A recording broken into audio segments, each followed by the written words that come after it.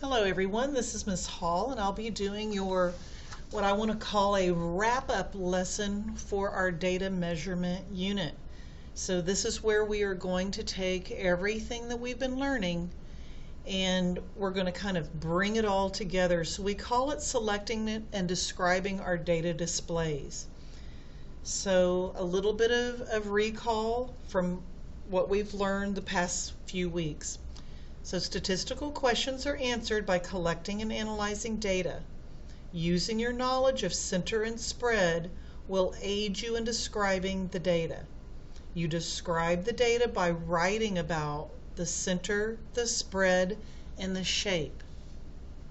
Now we've already learned about center and we know our measurements for center. We've learned about spread and we know our measurements for spread. So we can describe our spread in a data set by talking about the least number and talking about the greatest number. And remember, when you take that greatest minus the least, that's called our range. So we're going to speak to that. You can also look for outliers, which are data values that are either much greater or much less than what you have grouped together. They stand way out, and we're going to look at an example of that today. We will also be describing using our measures of center. We know our measures of center are mean, median, and mode, but when we use them to describe, we're going to be saying like, at most, this many people did that, or on average, this many people did that, or half the people did this and half the people did that. Let's add that one on here. You know, that would put into play our median, okay? All right, now what's new today that we haven't really talked about yet is shape. So when we talk about the shape, we're talking about the shape of the display, whether that be a box and whisker, a histogram, a dot plot, a stem and leaf, the shape of it, okay? We will be using words like peak, gap, cluster, or symmetry when we describe shape. So a gap are numbers that have no data values. Peak is the most frequently occurring value or mode. Okay, so that should sound very familiar. That's a measure of center. Cluster is when our data is grouped closely together. All right, so let's take a look at what I have right here. This is an example. So remember, anytime I get a display, the first thing I'm going to do is go put values up above. For example, on my dot plot, I'm going to go put values up there. It helps me understand what's going on. Okay, remember on a dot plot, we're actually reading down here because dot plots are frequency, right? Okay, so I can see I have an outlier. Look how there's a gap in data right here. This is way far from the last values, okay? So whatever this display is talking about, whatever the survey was done, the statistical question was asked, survey was done, it's being put on a dot plot. There is a big gap from, what would we say, probably from about 1.5 up to 5.5. I have a cluster from 6 to 9. You can see whatever this statistical question was from the survey, a lot of people answered right between, you know, I'm going to say 6 and 9. All right, so let's talk about symmetry. We'll talk about it actually more in a minute, but notice this is my peak, so my peak is my mode. It's always going to be my measure that I'm going to look at when it comes to display, to start thinking about a shape, right? And I'm using my knowledge of symmetry, which you should have learned in 5th grade, and I can say this is not symmetric. We'll go more into this in a minute. Let's look at this example I have for you right here. All right, so here I've gone and put my values over my dots. I noted there is a cluster here. This one does not have an outlier. All my numbers are clustered right here, and there's my peak.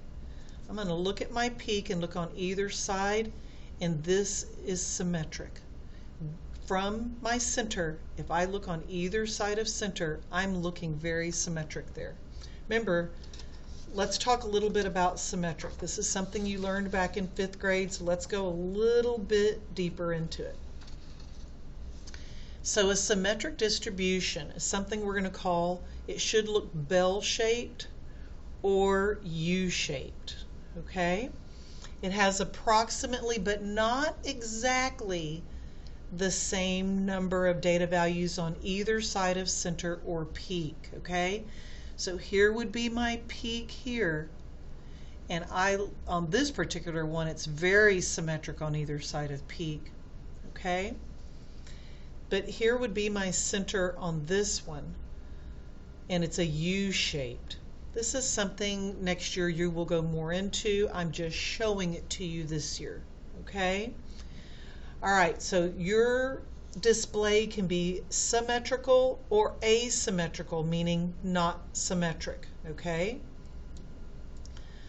All right, so as a general rule, we're going to use mean as our measure of center if the display is symmetric. We're going to use median as our measure of center if it's not symmetric. So if this was my data and I was asking you questions, since this is symmetric, I'm going to use the mean as my measure of center. All right, a distribution is said to be skewed when the tail of the graph gets pulled to either end of center with fewer data values towards that end. And I'm going to show you an example. So here I have this dot plot, and notice how my data values are all getting less and less and less as I go. Now granted, these two are the same. What do I have here? 1, 2, 3, 4. Let's put my numbers up above here. This is what a good mathematician does, right? So we could call this my mode, right? Because both these have 4. So these would be considered my peaks. Notice there are no values to the right of my peaks. But look how the values to the left of my peaks get smaller and smaller and smaller. We're going to call this skewed left. Look at my histogram example here. Here clearly is my peak. Some values to the left of center, but look to the right. This is skewed right. Look how that is really going less, less, less, less, less, less, less, right?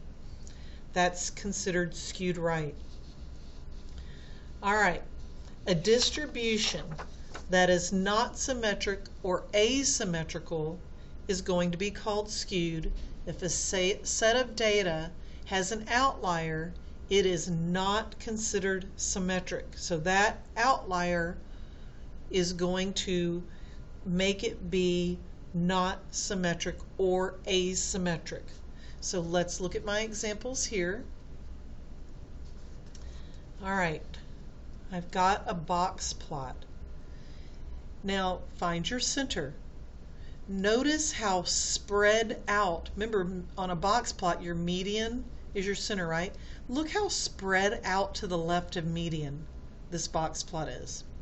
This is considered skewed left. Look at this box plot. Here's my median. Always find your center. Regardless of what display we give you, find your center. There's my center. Look to the right. Look how spread out this is. So this is skewed right.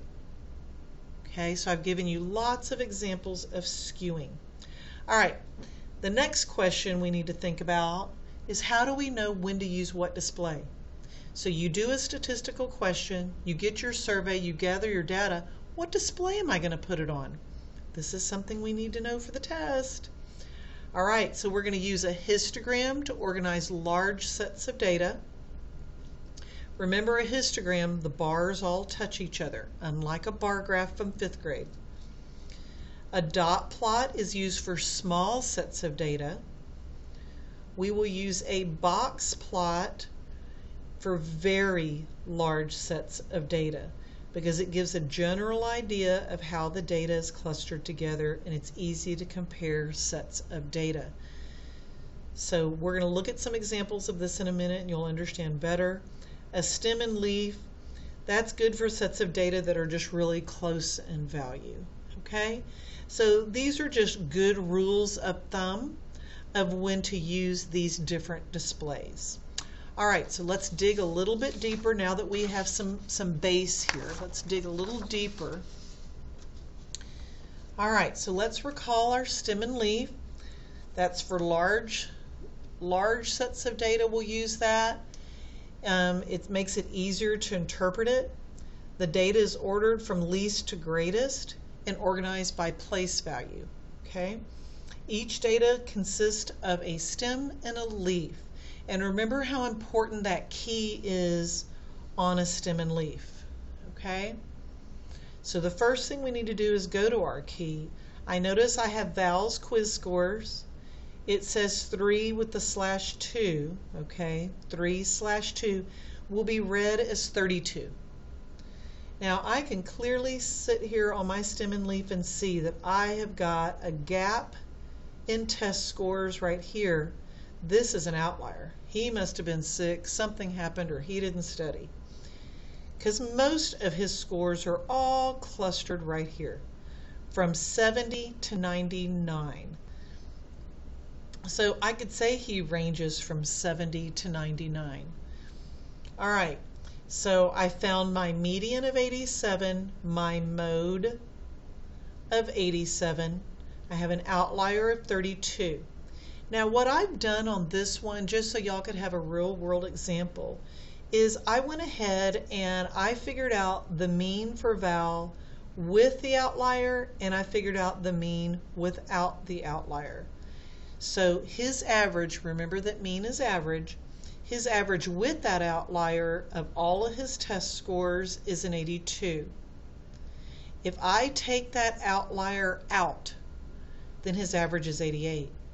That is a huge difference. That is how much an outlier can affect your data. Okay? So that's why whenever we have an outlier, we are going to want to use the median as our measure of center. Okay? It will be more accurate for us. All right. So here we go. Let's say some things about what we see, because that's what this lesson is all about. What can we say to describe or summarize Val's test scores? Now, remember, when we do this, we want to use measures of center, measures of spread, and measures, or not measures, but shape to do some descriptions. So I can say, on average, Val scores an 87 on his test. And that is valid. Okay?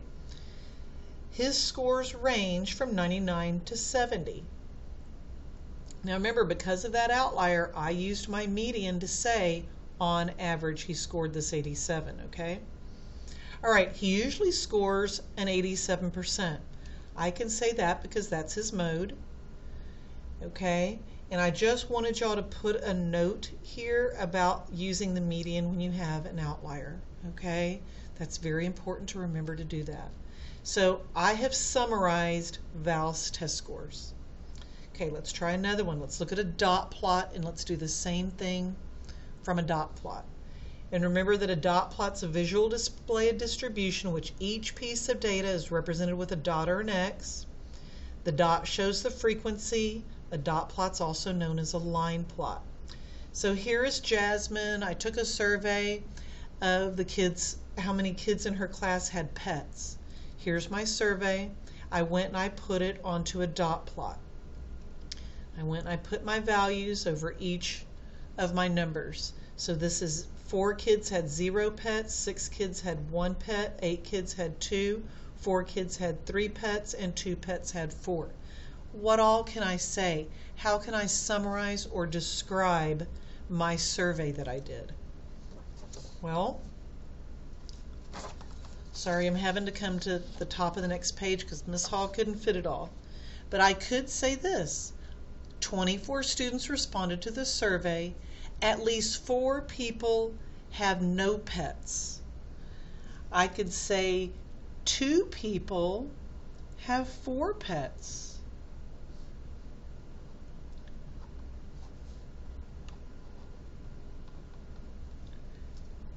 Okay? The point here is you want to say something about a measure of center, something about a measure of spread, and maybe something about the shape. You know, I don't know that there's much to say about the shape on this one. We could say that it's pretty symmetrical. It's not that bad. So we can say it's symmetrical. If you look on either side of center, which center is going to be my 8, right? My peak. That's not bad. All right? It's off a little bit. Not bad though. So I'm going to call that symmetrical. All right, let's look at a histogram. All right, and remember that histogram shows equal intervals. So the histogram that I have for you looks like this. I put all my numbers. I'm a good mathematician. I've made note of my peak.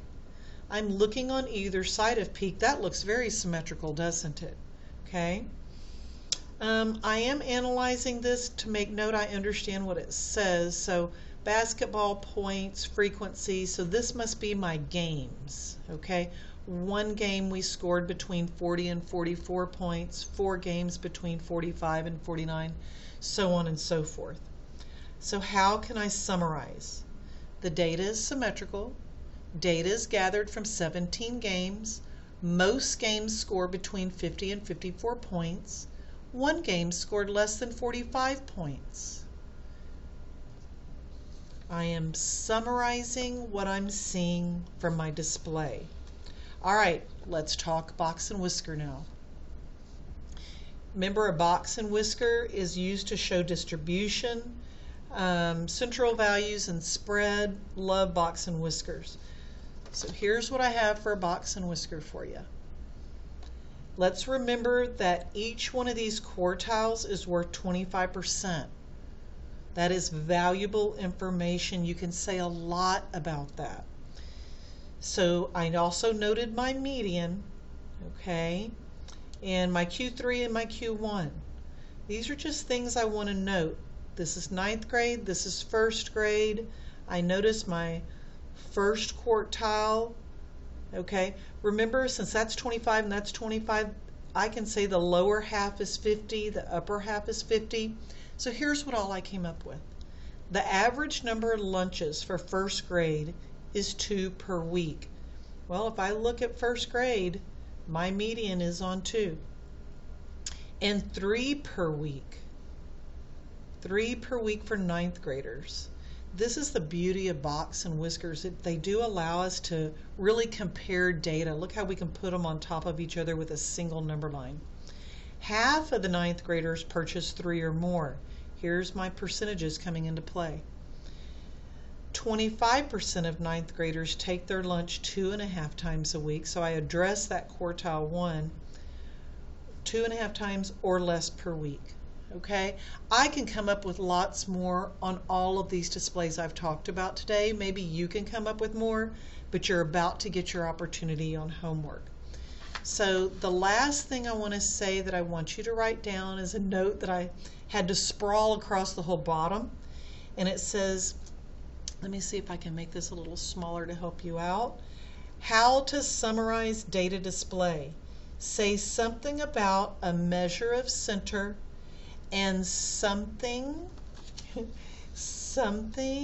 there it is, squeezing it in right there, something about a measure of spread and the shape of the data. So go and give this a try with your practice. Remember, there's almost no wrong answers, but the more you can say, the better. Good luck, you guys.